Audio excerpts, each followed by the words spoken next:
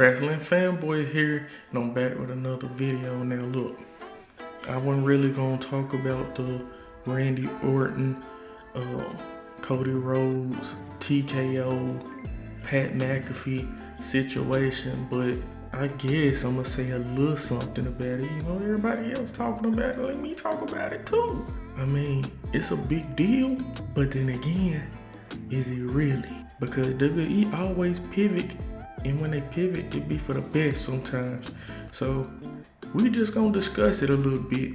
Now, you know, recently on SmackDown, Cody was out there and Pat McAfee came out, kicked him, bow, right in the balls. And he revealed that he's the one talking to Randy Orton on the phone. Kick his ass, Randy! He revealed that we tired of Cody. He's speaking for the real fan. And he was like, Randy is the GOAT. He should be in the GOAT conversation. I mean, Pat McAfee was saying some truthful things.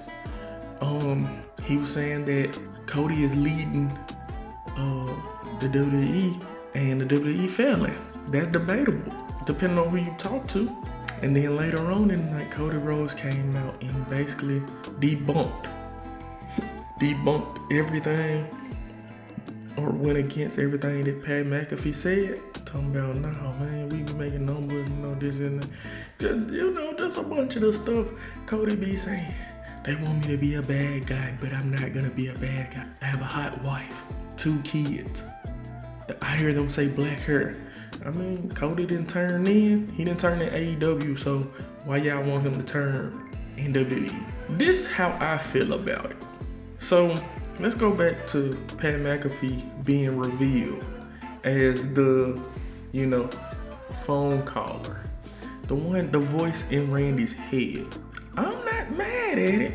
It's not the best person. It was surprising, but I'm not mad at it. But once you find out that, you know, the TKO president or whoever, I don't know, but somebody high up really want to push Pat McAfee, talking about he the next Sylvester Stallone, whatever that means in wrestling. It sounds stupid. It sounds crazy.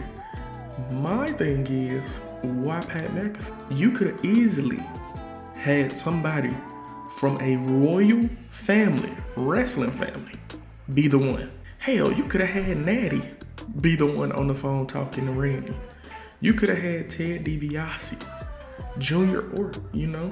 You could have had one of them talking to Randy. You could have had his dad talking to him. Now, what I would have went with, and if you know me, then you already know what I'm finna say. Full circle moment. You could just had The Rock be the one talking to Randy.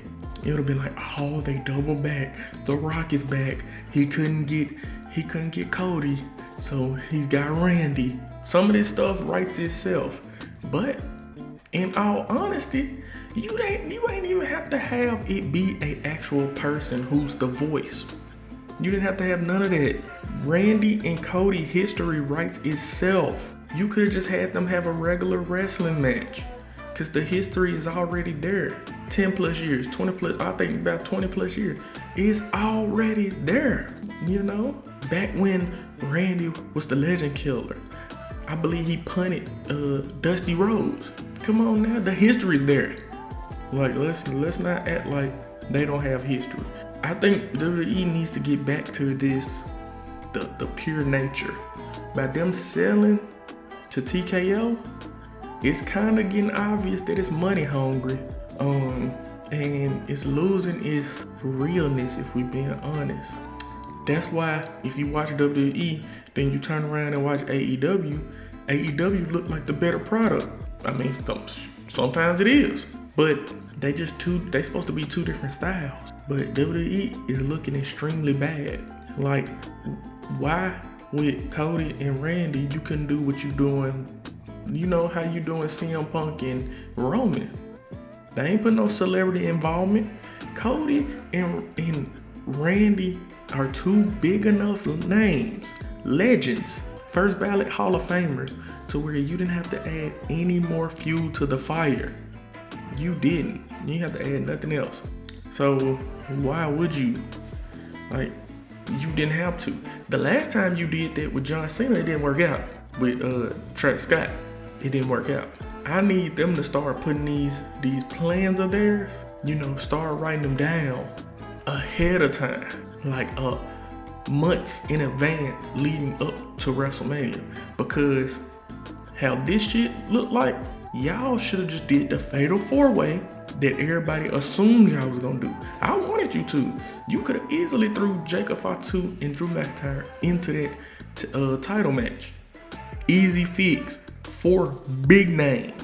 And then, now that I think about it, you could have still had Jacob Fatu and Drew McIntyre brawling while you got Randy and Cody talking and stuff, and Cody like, hey, I want the best version of you. And then Randy still turn on him. You didn't have to add nothing more. That's how I feel about it. I mean, why? It ain't making sense. When Pat McAfee was first revealed, I was like, okay, this, I had time to think on it. I just left it alone. But then, other creators and stuff was making great points. And then I started reading my own news and finding little stuff out. Like, this wasn't the original plan. This was the original direction. This. God damn. Do y'all don't never know what y'all want to do it? Y'all need to get this in order. And I feel like I be doing videos more often bashing WWE, and I don't like that. It's one of the best art forms out there if you ask me. But what's really going on? Like, what's really going on with y'all? So, look, that's all I got.